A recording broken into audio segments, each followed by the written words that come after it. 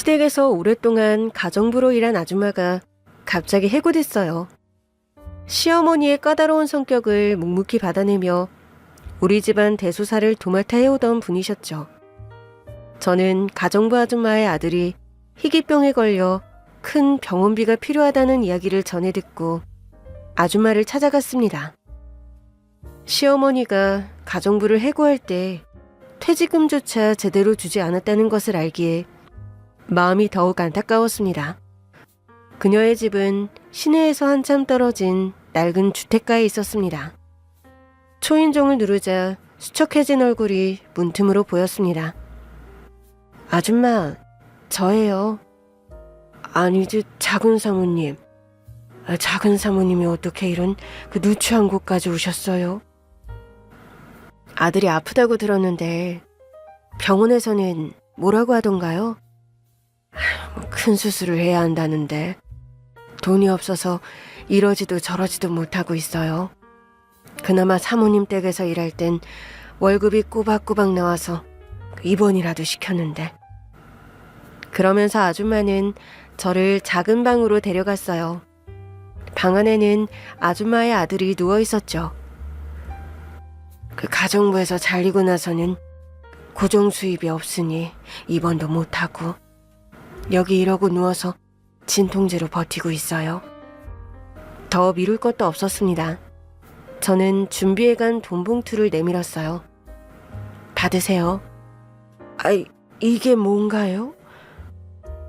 병원에서 알아보니 수술비와 치료비, 입원비까지 이것저것 해서 2천만 원 정도 든다고 하더라고요. 퇴직금이라고 생각하고 받아서 아들 병원비로 쓰세요. 이렇게 큰 돈을 왜 작은 사모님께서. 그동안 시댁에서 고생하신 것도 있고 감사한 것도 있고 해서요. 저 처음 시집 왔을 때도 아줌마가 많이 도와주셨잖아요.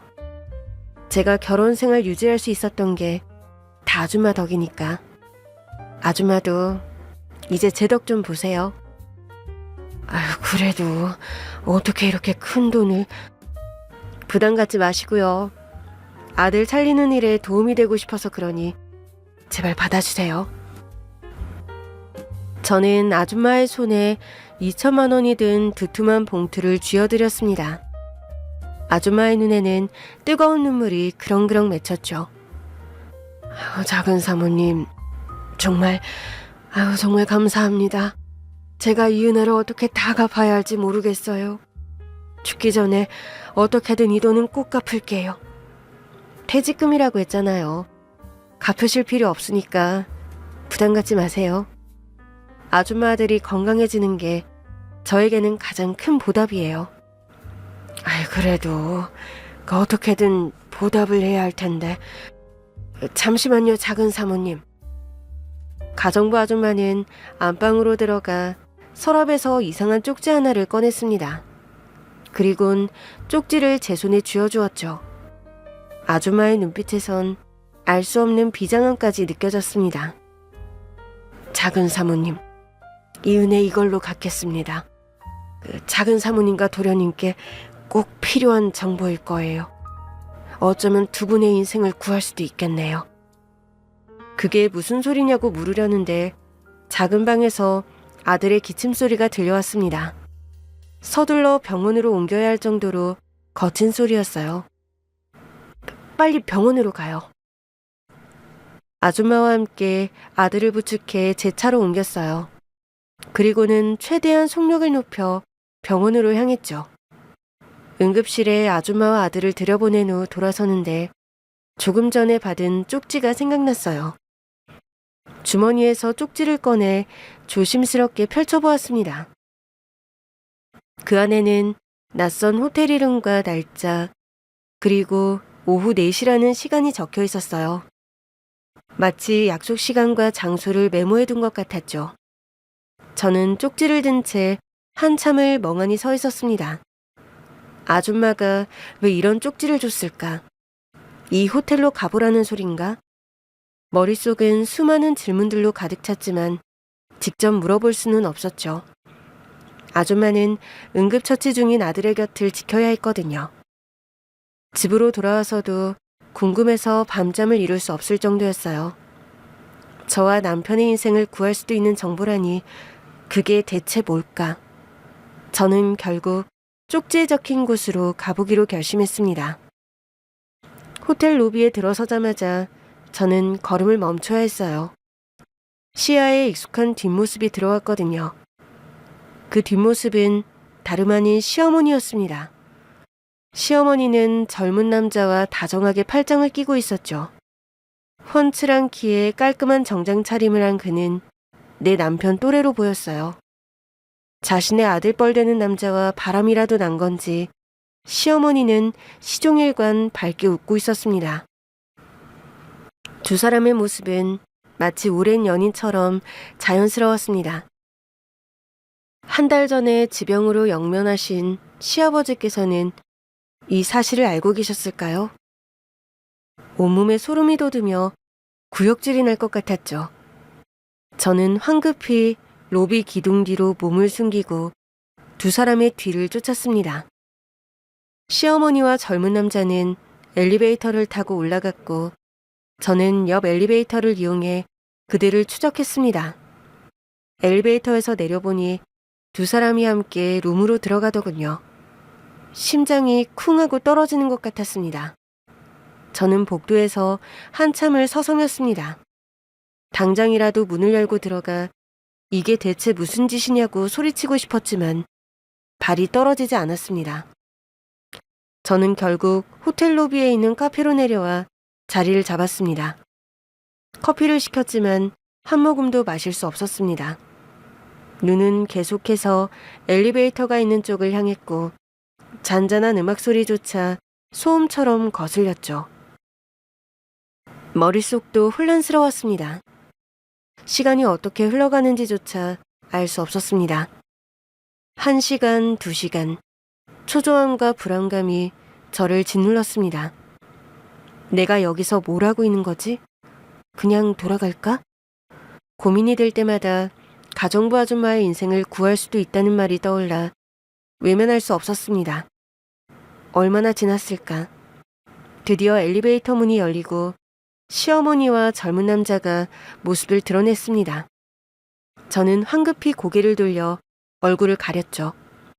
그들은 로비를 가로질러 출구로 향했습니다.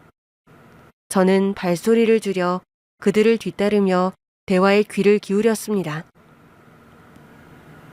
오랜만에 이렇게 단둘이서 시간을 보내니까 너무 좋네요. 그래, 나도 좋았어. 네가 이렇게 잘 커져서 얼마나 대견한지 몰라. 대견하다니 엄마. 제가 아직도 엄마 눈에는 어린애 같죠? 네가 환갑이 돼봐라. 그래도 엄마 눈에는 어린애지.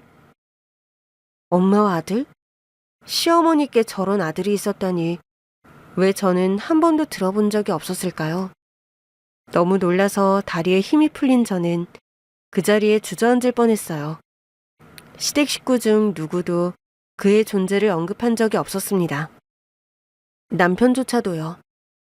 시어머니는 늘 남편이 외아들이라고 말씀하셨는데 이 모든 것이 너무나 충격적이었습니다. 시어머니는 왜 친아들의 존재를 숨겨왔을까요? 그리고 그 아들은 왜 시댁에 한 번도 나타나지 않았을까요? 수많은 의문이 꼬리에 꼬리를 물고 이어졌습니다. 근처에 맛있는 식당이 새로 생겼던데 같이 저녁 먹고 들어가요. 오늘은 안 돼.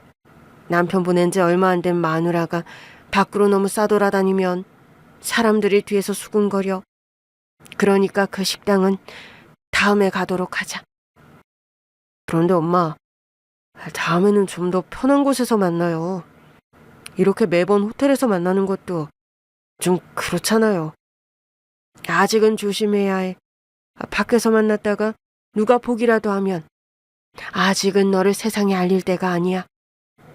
엄마 말 이해할 수 있지, 아들? 알겠어요, 엄마. 엄마가 원하신다면 계속 여기서 만나요. 언젠가는 남들 앞에서 떳떳하게 엄마라고 부를 날이 오겠죠? 영훈이처럼. 영훈이는 제 남편의 이름이었어요. 그 남자가 제 남편까지 알고 있는 게 소름 끼쳤는데 시어머니의 다음 말이 더 놀라웠습니다. 영훈이가 엄마라고 부를 때마다 짜증이 솟구쳐. 피 한 방울 안 섞인 게 누구더러 치 엄마라는 거야. 내 아들은 우리 희태 하나뿐인데. 희태야, 이 엄마가 계획한 대로 되면 지금까지 영훈이가 누리던 거 다 희태 네가 가지게 될 거야.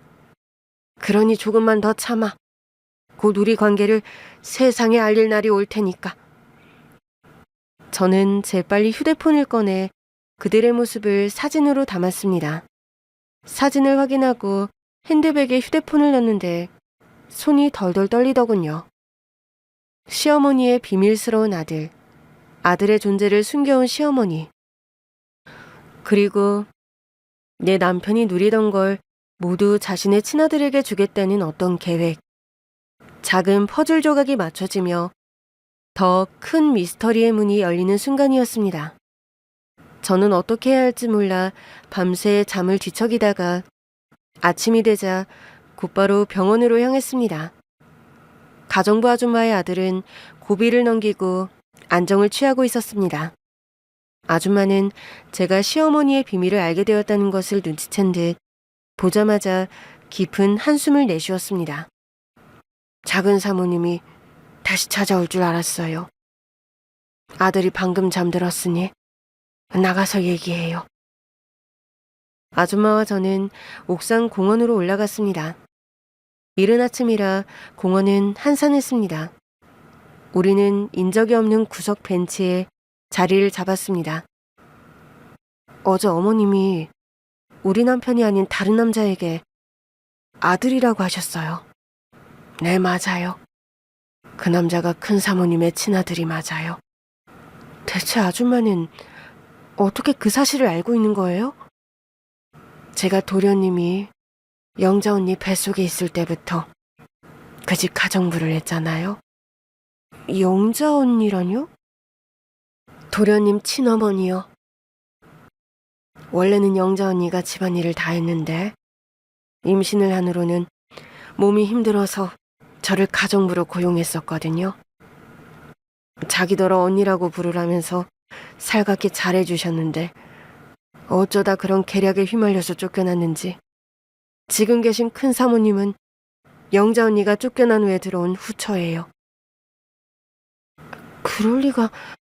그이는 지금까지 한 번도 그런 얘기를 한 적이 없어요. 몰랐으니까요. 도련님은 큰 사모님이 계모라는 걸 몰라요. 도련님이 2살일 때 아버지가 계모와 재혼을 했으니 기억을 할 리가 없죠. 그저 눈에 보이는 사람이 진짜 자기 엄마라고 알면서 살아왔을 거예요. 큰 사모님도 계모라는 티 안 나게 도련님을 다정하게 대해줬고요.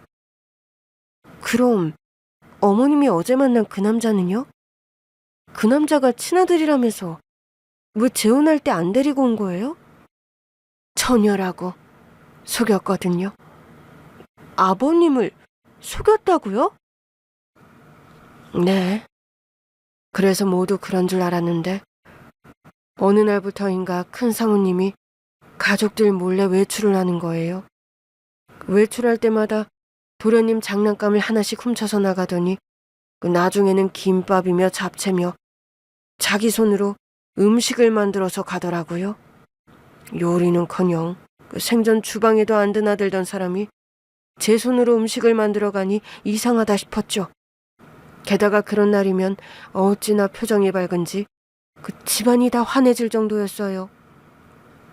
그러다가 통화하는 걸 엿듣게 되면서 알게 됐어요. 도련님 방에서 훔쳐나간 장난감과 손수 만든 김밥, 잡채, 그 모든 게 친아들을 위한 거였다는 걸요. 그런데 왜 아버님께 알리지 않으신 거예요? 왜 코가 석자였으니까요. 통화하는 걸 엿두게 된 날 제가 아들을 임신한 사실을 알게 됐어요.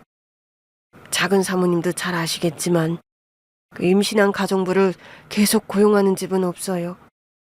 그런데 여기서 잘리면 저는 이제 갈 곳이 없고 그래서 큰 사모님의 비밀을 이용하기로 마음먹었어요.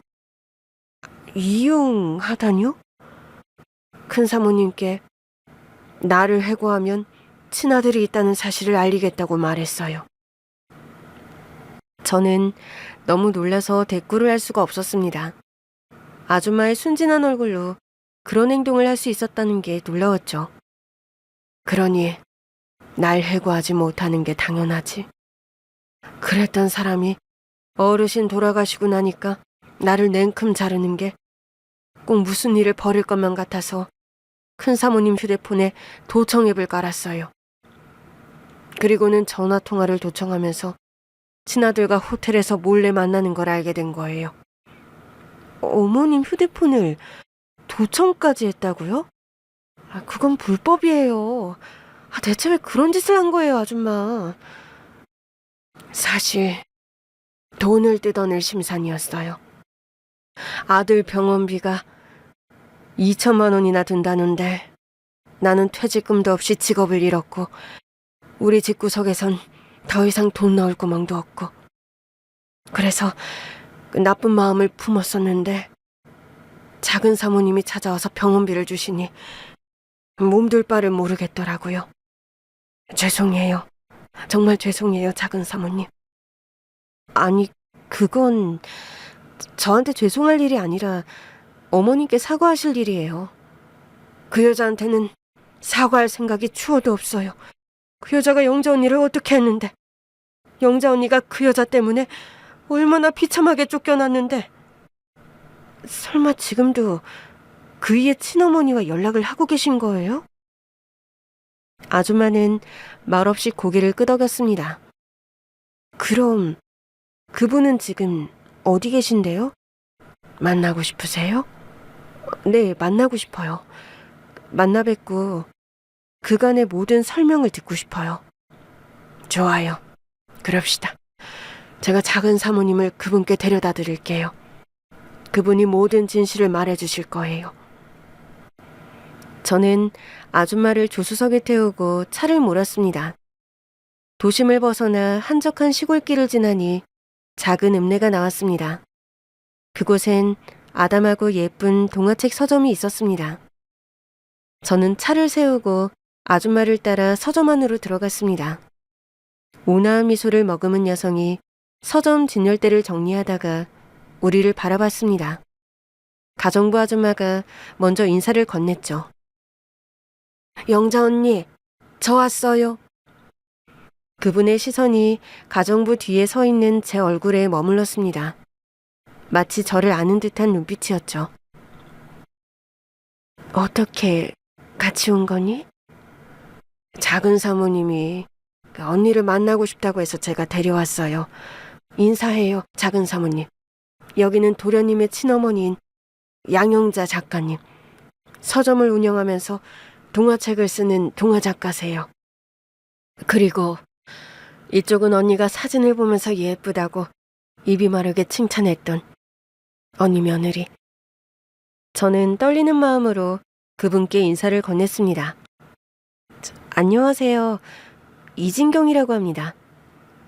그리고선 뭐라고 불러야 할지 잠시 고민하는데 그분이 제 고민을 눈치챈 듯 먼저 말을 꺼냈습니다. 보통은 나를 작가님이라고 불러요. 네, 반갑습니다. 양영자 작가님. 나도 반가워요. 이렇게 갑자기 만나게 될 줄은 몰랐지만 차라도 한잔 할래요? 네, 감사합니다. 그분은 서점 문을 닫고 녹차잎을 우려내 차를 만들어 주셨어요. 실내에 퍼진 은은한 녹차 향기에 긴장된 마음이 조금은 편안해지는 것 같았습니다. 신문에 난 부고는 봤어요. 화백님은 선산으로 모신 거죠? 화백님은 저희 시아버지를 일컫는 말이었어요. 시아버지는 유명한 화가셨거든요. 네, 선산에 모셨습니다.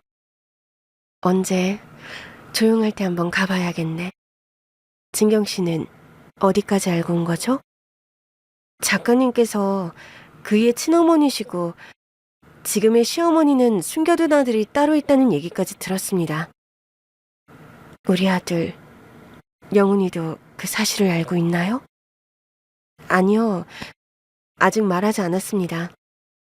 그이가 알면 너무 충격을 받을 것 같기도 하고 또 한편으로는 안 믿을 것 같기도 해서 더 확실하게 알아본 후에 얘기하려고요. 듣던 대로 사려가 깊네요. 우리 아들이 결혼을 잘했어. 그럼 진경 씨가 확실하게 알고 싶은 게 뭔가요? 그게 저는 얼버무렸습니다. 스스로도 뭘 어디까지 알고 싶은지 알 수 없을 정도로 혼란스러웠거든요. 괜찮으니 편하게 말해요. 언젠가는 이 모든 진실이 밝혀질 거라고 생각했으니까. 이제 때가 된 것 같으니 뭐가 됐든 질문에 답해줄게요. 그렇다면 모든 걸 말해주세요. 어머님과 지금의 시어머니, 그리고 아버님 사이에서 벌어진 일을 모두 다 알고 싶어요. 그분이 차분한 목소리로 과거의 이야기를 시작했습니다. 지금도 그렇지만 당시에도 제 남편은 유명한 화가였어요. 현재 내 아들의 어머니이자 진경 씨의 시어머니이기도 한 그 여자는 이름 없는 모델이었고요. 두 사람의 관계는 전도 유망한 화가가 그림의 모델인 여자와 하룻밤 불장난을 하면서 시작됐어요. 나는 두 사람의 관계를 알면서도 모르는 척했어요. 말 그대로 불장난이라고 생각했거든요. 당시에 나는 영훈이를 낳은 지 얼마 지나지 않은 엄마였기에 남편의 관심을 붙잡아둘 정도로 외모를 꾸밀 수가 없었어요. 처녀 때보다도 살도 많이 붙었고 밤낮으로 애를 돌보느라 부스스한 몰골이었죠. 집에서 그런 부인만 보다가 늘씬하고 잘 꾸미는 모델을 보니 한눈을 팔게 된 거라고 여기고 그냥 넘어갔었는데 그게 다가 아니었어요. 그 여자는 내 자리를 탐했고 전 남편은 결국 나를 버리고 그 여자를 택했죠. 하지만 이혼을 하더라도 아들을 만날 수는 있는 거 아닌가요? 왜 한 번도 아들을 만나러 오지 않으셨어요? 그 덕분에 영훈 씨는 친어머니가 따로 있는 줄도 모르고 지금의 어머니를 친모로 알고 살아왔잖아요. 비난받을 만하다는 거 알아요? 이혼은 한 번도 아들을 찾지 않은 애미니까. 그런데 나도 어쩔 수가 없었어요. 전 남편이 접근 금지 신청을 했거든요. 접근 금지요? 아니, 엄마가 아들을 만나겠다는데 접근 금지를 하는 법이 어딨어요. 사실 나는 바람을 피운 사실을 알고도 이혼을 해주지 않으려고 했거든요. 내가 이혼에 동의하지 않으니까 그 여자가 계략을 꾸몄어요. 당시 운전기사에게 나를 별장으로 데리고 가면 큰 돈을 주겠다고 꼬드겨서 운전기사와 내가 별장에 도착했을 때 그 여자가 갑자기 현장을 덮쳐서는 간통으로 신고를 했어요. 나는 아니라고 극구 부인을 했지만 운전기사가 나와 내연관계가 맞다고 거짓 증언을 하는 바람에 죄가 성립됐어요. 덕분에 난 강제로 이혼을 당했고 전 남편은 간통죄를 저지른 더러운 엄마가 아들을 만나서는 안 된다며 접근금지 신청을 한 게 받아들여진 거예요. 그분은 시어머니가 파놓은 함정에 빠져 잊지도 않은 죄를 뒤집어 썼습니다. 아들도 만나지 못한 채 한 맺힌 평생을 살아왔죠. 그렇게 이혼을 하고 새장가를 간 시아버지는 어린 아들이 계모를 친엄마로 알도록 키웠고 그 덕분에 제 남편은 아직도 시어머니를 친엄마로 알고 있는 것이었습니다. 그 후에 이 마을로 내려와서 동화책을 만들기 시작했어요. 동화책이 베스트셀러가 되면 아들에게도 내 이야기가 전해질 거라 기대하면서요. 대화를 듣던 가정부 아줌마가 소매로 눈물을 훔쳤습니다. 영자 언니 책은 내가 죄다 가져다가 영훈이한테 읽어줬어요. 영훈이 그 녀석 지 엄마가 쓴 거 줄도 모르고 언니 책만 가져가면 어찌나 좋아하던지. 나도 따라서 눈물이 날 것만 같아 재빨리 화제를 돌렸습니다. 그럼 어머님께서는 시어머니에게 숨겨둔 아들이 있다는 사실도 모르셨어요? 당시에는 몰랐어요. 그 여자가 워낙 철저히 숨겼으니까. 정희가 내게 와서 그 여자에게 숨겨둔 아들이 있다고 했을 때도 처음엔 안 믿었어요.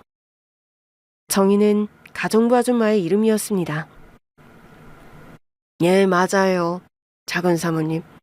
영자 언니한테 처음 얘기했을 때 아무리 사람이 미워도 그런 몹쓸 얘기를 지어내면 안 된다고 되레 나를 혼냈다니까요. 정말 믿기 힘든 이야기였거든요. 내가 사실을 폭로하겠다고 그 여자를 윽박지른 후에야 믿더라고요. 그땐 사실 그 여자가 좀 처량해 보이기도 했어요. 자기 아들은 아빠가 누구인지도 모르는 불쌍한 아이라면서 미국으로 보내서 절대 눈에 띄지 않게 키울 테니까 제발 남편에게만은 말하지 말아달라면서 내 발에 매달려서 싹싹 빌더라고요. 나도 자식 있는 입장에서 그 마음이 헤아려지니 짠하기도 하고 그랬죠. 그랬는데 이것들이 화백님 돌아가시자마자 영훈이에게서 모든 걸 가로챌 계략을 꾸미다니. 저는 그 말에 놀랐습니다. 시어머니와 친아들이 우리에게서 모든 걸 빼앗아가려 한다니. 호텔에서 들었던 계획이란 게 이거였나 싶었죠. 대체 제 남편에게서 뭘 어떻게 빼앗아갈 계획을 세우고 있는 건가요? 가정부 아줌마 대신 어머님이 대답했습니다. 그건 아직 몰라요. 우리도 어떤 계략인지 알아보는 중이니까. 내 아들과 며느리는 과거의 나처럼 그 여자의 계략에 빠져 한평생을 죄인으로 살도록 놔두지 않을 거예요. 어머님은 제 손을 꼭 잡으며 눈물을 글썽였습니다. 뺨을 타고 흘러내리는 눈물에서 지난 세월의 아픔이 느껴졌죠. 그분이 부른 며느리란 말 한마디에 깊은 애정을 느낀 저는 이 모든 진실을 밝혀야 할 책임감을 느꼈습니다.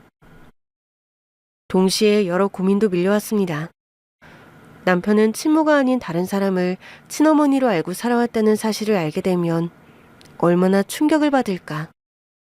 그리고 시어머니의 비밀스러운 과거는 또 어떤 파장을 불러올까. 고민이 거듭될수록 입을 열기 어려워질 것 같아 생각을 멈추고 남편에게 모든 걸 말하기로 결심했습니다. 남편은 제 이야기를 듣는 내내 믿을 수 없다는 표정이었습니다. 그의 얼굴에는 혼란과 분노, 그리고 깊은 배신감이 뒤섞여 있었습니다. 저는 호텔에서 찍은 사진과 양영자 작가님의 그림책을 보여줬지만 남편은 좀처럼 현실을 받아들이지 못했습니다. 당신 지금 제정신이야? 엄마가 내 친엄마가 아니라고? 말도 안 돼. 나도 처음에는 믿을 수가 없었어. 하지만 모든 증거가 그렇게 말하고 있잖아. 그 여자한테는 당신과 비슷한 또래의 친아들이 있고 당신이 가진 모든 걸 빼앗아 자신의 친아들에게 주려고 하고 있다고. 그 여자? 당신 지금 우리 엄마한테 그 여자라고 한 거야?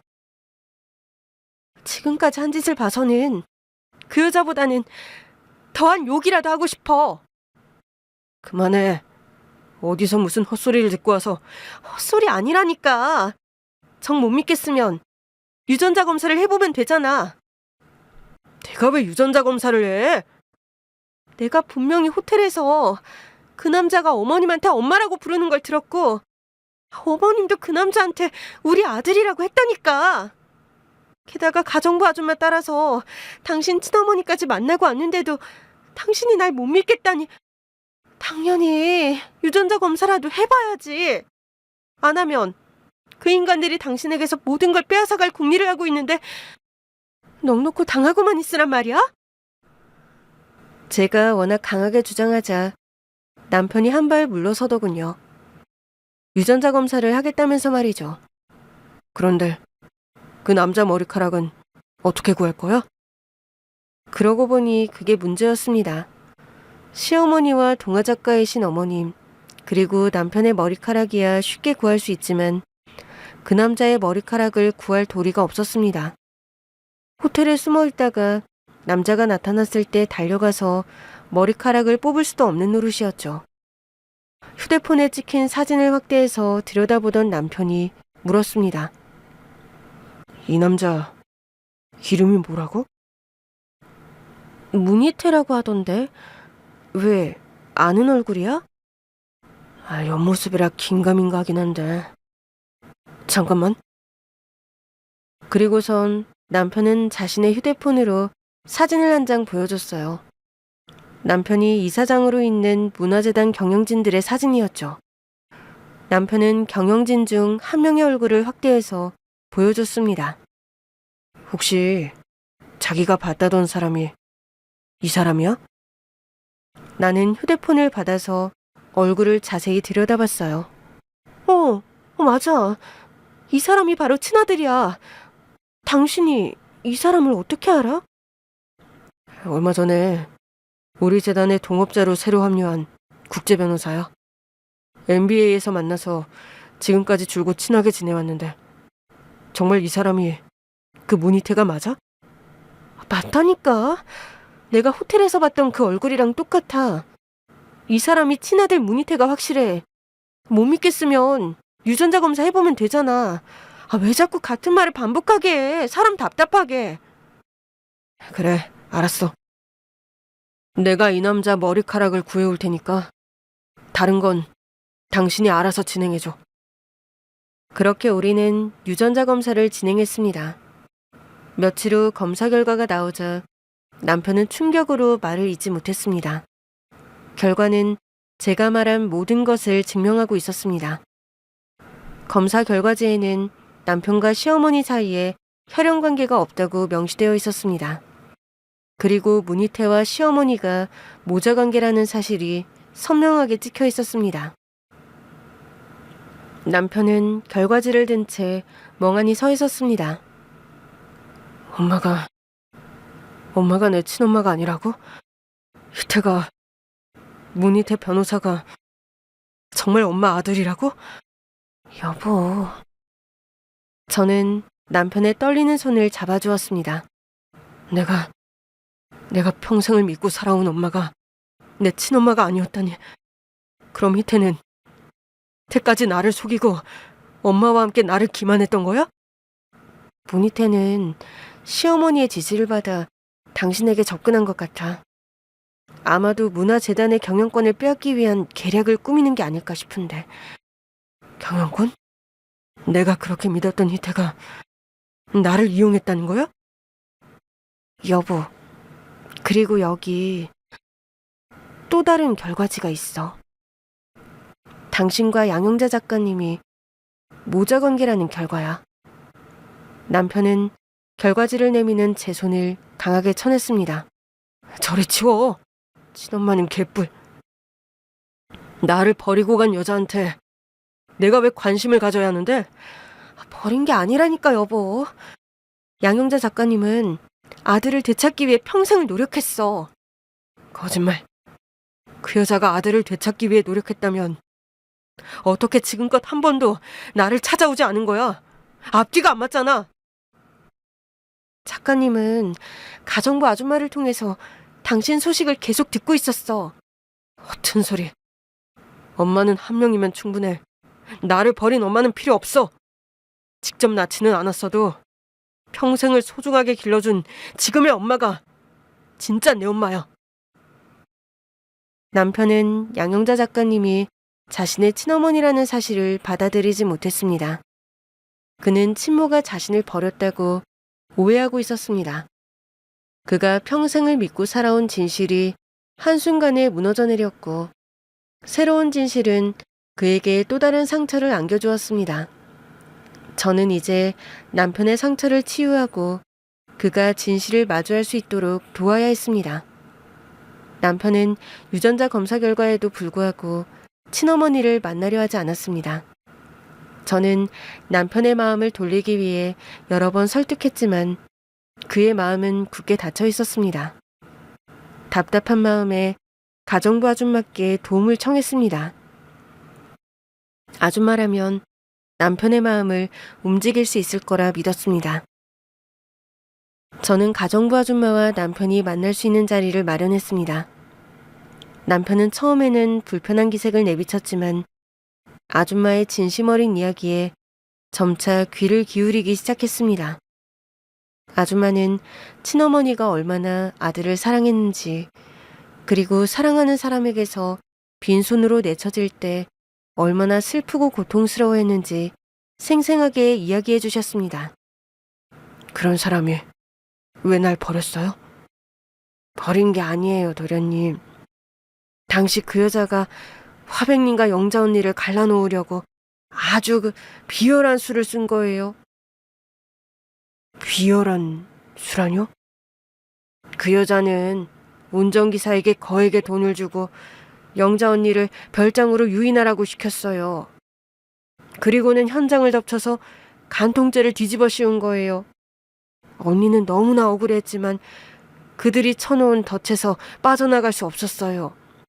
그대로 빈손으로 쫓겨나고 아들에게도 접근이 금지됐어요. 그저 멀리서 바라만 보면서 피눈물을 흘려야 했죠. 그럼 그 운전기사는요? 운전기사는 어떻게 됐는데요? 운전기사는 그때 받은 돈으로 술집을 개업했다고 들었어요. 그 이후로는 어떻게 사는지 소식을 전혀 몰라요. 그 운전기사를 찾아야 해요.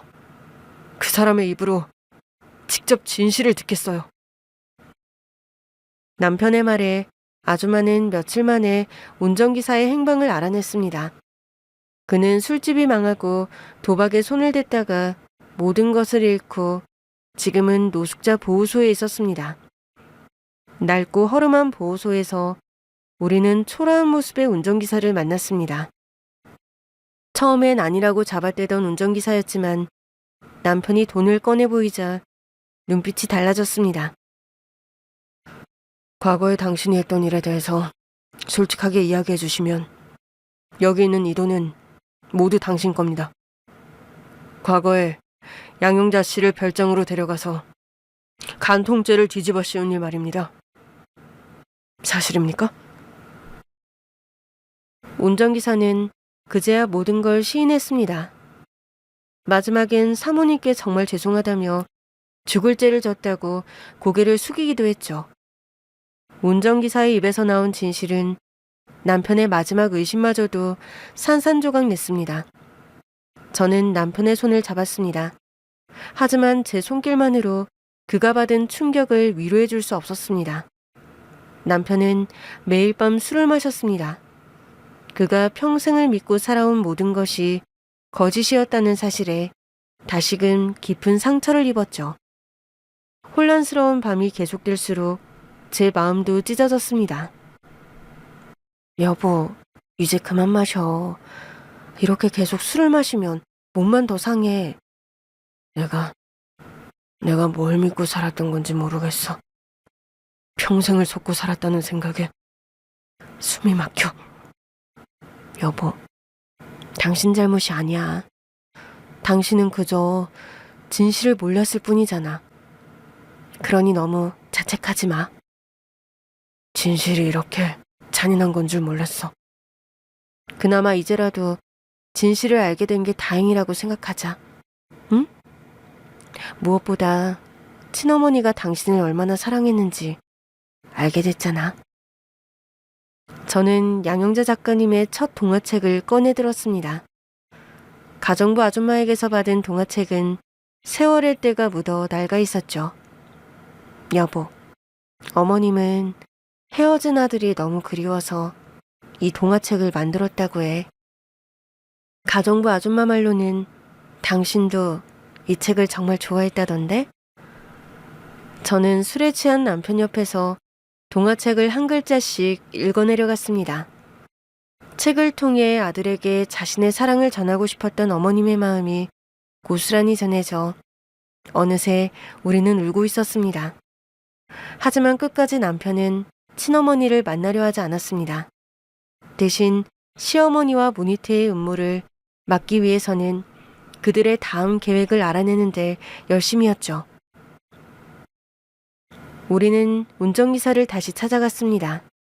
그는 지난번에 우리가 준 돈으로 작은 방을 얻어 지내고 있었습니다. 남편은 그에게 시어머니를 미행하다가 친아들을 만나면 연락을 해달라고 했습니다. 운전기사는 우리가 내미는 돈 봉투를 보고는 흔쾌히 의뢰를 수락했습니다. 며칠 후 그에게서 연락이 왔습니다. 시어머니의 차가 호텔로 들어가는 것을 보았다면서요. 남편이 중요한 회의에 들어가는 바람에 저는 혼자서 호텔로 향했습니다. 로비에서 망을 본 지 얼마 지나지 않아 엘리베이터 문이 열리고 시어머니와 문희태가 모습을 드러냈습니다. 저는 우연히 마주친 것처럼 연기를 시작했습니다. 어머, 어머니, 여기서 뵙네요. 근데 이분은 누구세요? 시어머니는 당황한 기색이 역력했습니다.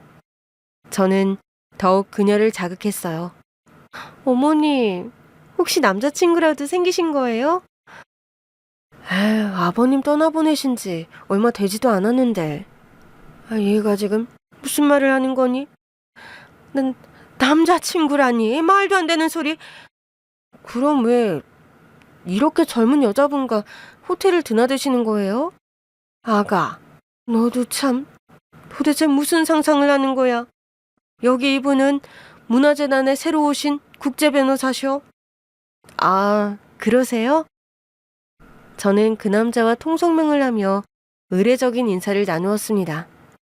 그런데 어머님께서 문화재단 소속 변호사랑 여기서 뭘 하신 건데요? 우리가 사실은 얼마 후에 있을 갤러리 특별전에서 영훈이를 위한 서프라이즈를 준비하고 있단다. 그 일을 위한 서프라이즈요? 어떤 서프라이즈인데요? 서프라이즈를 어떻게 미리 알려주니? 미리 알면 서프라이즈가 아니지 않니? 시어머니는 능청스럽게 웃으며 남편을 위한 선물로 서프라이즈 준비를 하고 있다고 했습니다. 문희태 역시 그녀의 말에 동조하며 능숙하게 거짓말을 이어나갔습니다. 남편이 미리 알면 안 되니 꼭 비밀을 지켜달라면서요. 대화를 하는 도중에 엘리베이터 문이 열리더니 회색 정장을 입은 남자가 시어머니께로 다가와 인사를 하고 나갔습니다. 저분은 누구세요? 그냥 아는 사람이야. 어머, 시간이 벌써 이렇게 됐네. 나는 바로 가볼 데가 있어서 먼저 갈게. 시어머니가 급히 자리를 뜨고 문희태도 서둘러 호텔을 나섰습니다. 저는 밖에서 기다리는 운전기사에게 전화를 걸어 회색 정장을 입은 남자를 따라가 보라고 지시를 했습니다. 그리고 체크아웃도 하지 않고 허겁지겁 달아난 시어머니를 대신해 프론트 데스크로 갔습니다. 저기요, 305호실 체크아웃 좀 하려고 하는데요. 305호실이요? 고객님, 305호실은 장기 예약이 되어 있는 객실인데요. 잠시 놀랐지만 이내 침착을 되찾고 시어머니의 심부름을 왔다며 카드키를 받아들었습니다. 장기 예약 객실이라니 시어머니가 이 방에서 무슨 일을 꾸미고 있는 거지? 불안한 마음을 안고 305호실로 올라갔습니다. 문을 열고 들어선 순간 제 눈에 들어온 것은 방 한가운데 놓여있는 그림이었습니다. 그것은 바로 시아버지의 유작이었습니다. 이 그림이 왜 여기 있는 거지? 그림 앞으로 다가가 자세히 살펴보는데 휴대폰으로 메시지가 들어왔습니다. 운전기사가 회색 정장의 남자에 대한 정보를 보내왔습니다. 그는 인사동에서 고미술품을 중개하는 중개인으로 뒤로는 암시장의 미술품을 내다 팔고 있었습니다. 암시장 미술품 중개인, 시아버지의 유작. 이 모든 것이 하나의 퍼즐처럼 맞춰지는 순간이었습니다. 저는 망설일 틈도 없이 중개인을 찾아 인사동으로 향했습니다. 안녕하세요. 저는 박영광 화백님의 며느리 되는 사람인데요. 저희 아버님 유작 관련해서 문의드릴 게 있어서요. 중개인의 표정이 순식간에 굳었습니다. 박영광 화백의 유작이라니 나는 그런 거 몰라요. 그럼 문희숙 여사님도 모르세요? 저희 시어머니 되시는데. 문희숙? 처음 듣는 이름인데. 저는 고개를 갸우뚱하는 중개인에게 휴대폰 사진을 보여줬습니다. 모르는 분이라뇨. 당신이 조금 전에 호텔에서 문희숙 여사와 인사를 했잖아요. 이 사진에 찍힌 사람이 당신 맞죠? 그리고 당신들 갤러리에 있어야 할 그림을 왜 호텔로 빼돌린 거예요? 도대체 무슨 작당 모의를 하는 겁니까?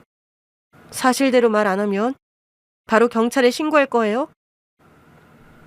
중개인은 한숨을 내쉬며 나를 노려봤습니다. 가족이 그림을 팔겠다는데 며느리가 왜 나섭니까? 희한한 사람이네. 그림을 판다고요? 아버님의 유작을요? 그래요. 여기 아들이 사인까지 했잖아요. 중개인이 계약서를 내밀었습니다.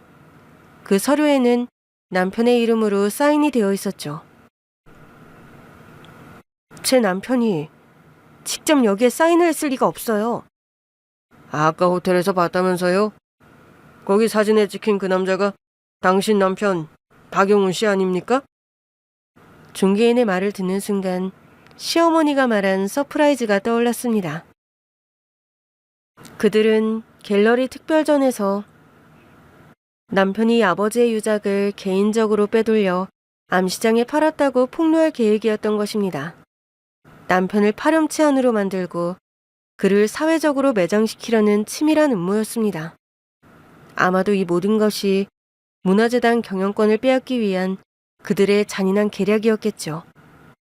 남편의 친어머니를 계략으로 몰아넣어 빈손으로 쫓아냈던 것처럼요. 저는 곧바로 남편에게 전화를 걸어 이 모든 사실을 알렸습니다. 남편은 충격에 말을 잇지 못했습니다. 평생을 어머니인 줄 알았던 여자와 동업자로 생각했던 사람이 자신을 나락으로 떨어뜨리려 했다는 사실에 그는 깊은 절망감을 느꼈습니다. 하지만 동시에 우리는 그들의 음모를 막아야 한다는 강한 의지를 다졌습니다. 반격이 시작됐습니다. 드디어 그날이 왔습니다. 영면하신 시아버지를 기리는 갤러리 특별전 개막식. 시어머니와 문희태가 남편을 나락으로 떨어뜨리려 꾸민 음모의 무대였습니다. 각계각층의 유명인사들이 모여 개막 립세션은 성황을 이루고 있었습니다. 남편은 제 옆에서 초조한 듯 손을 쥐었다 폈다 했습니다. 저는 남편의 손을 꼭 잡으며 괜찮다고 속삭였습니다. 이윽고 시어머니가 인사를 하기 위해 단상에 올랐습니다. 존경하는 내빈 여러분, 오늘 이 자리는 제 남편이자 위대한 화가이셨던 고 박영광 화백의 예순혼을 기리는 뜻깊은 자리입니다. 하지만 오늘 이 자리에서 저는 여러분께 너무나 가슴 아픈 사실을 고백해야 할 것 같습니다. 드디어 시작이었습니다. 최근 제 아들 영훈이가 불미스러운 일에 연루된 정황을 발견했습니다. 영훈이가 최근 코인 투자에 빠져 큰 손실을 보았고 그 과정에서 아버지의 소중한 유작을 개인적으로 팔려고 한 것으로 보입니다. 시어머니는 눈물까지 글썽이기 시작했습니다. 어미로서 아들의 잘못을 감싸주고 싶었지만 고 박영광 화백의 명예와 문화재단의 미래를 위해 이 사실을 밝히는 것이 옳다고 판단했습니다. 여기 박영훈 이사장의 코인 계좌로 유작 판매 대금이 이체된 증거가 있습니다. 시어머니는 미리 준비한 태블릿을 들어올렸고 화면에는 남편의 이름이 명시된 코인 이체 내역이 선명하게 보였습니다. 사람들은 술렁거리기 시작했습니다. 이대로라면 남편은 문화재단 경영에서 물러나는 것은 물론 법의 심판까지 받아야 할 상황이었습니다. 이제 제가 나설 차례였습니다. 저는 휴대폰으로 영상을 플레이했습니다. 미리 조작을 해둔 탓에 휴대폰 속 영상이 단상 뒤편에 설치된 대형 스크린에 고스란히 추사되었죠. 시어머니가 당황한 듯 돌아보았지만 이미 늦었습니다. 대형 스크린에선 시어머니와 문희태가 다정하게 호텔 복도를 걷는 CCTV 화면이 선명하게 재생되었습니다. 저게 어떻게 꺼? 당장 영상 끄란 말이야. 조금 전까지 남편을 비난하던 시선들은 순식간에 시어머니와 문희태에게로 향했습니다. 저는 이 기회를 놓치지 않고 단상으로 올라갔습니다. 여러분, 방금 어머님께서 말씀하신 내용은 사실이 아닙니다.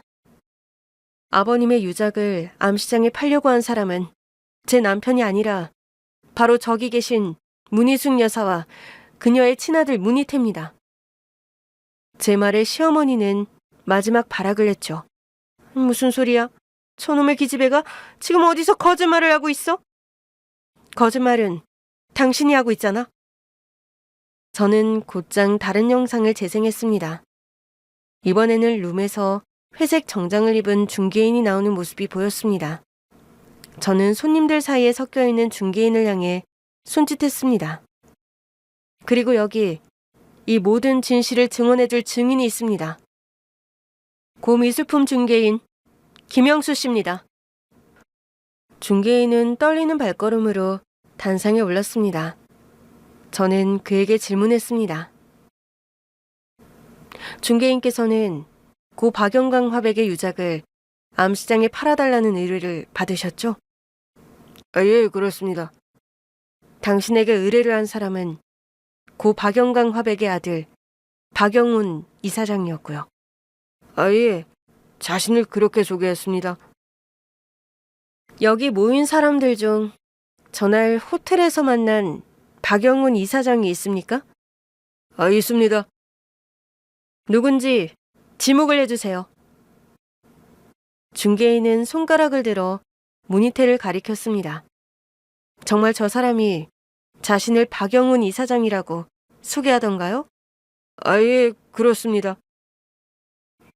문희태가 남편을 사칭해 그림을 암시장에 팔려있다는 사실을 공표하자 사람들이 술렁이며 그를 손가락질하기 시작했습니다.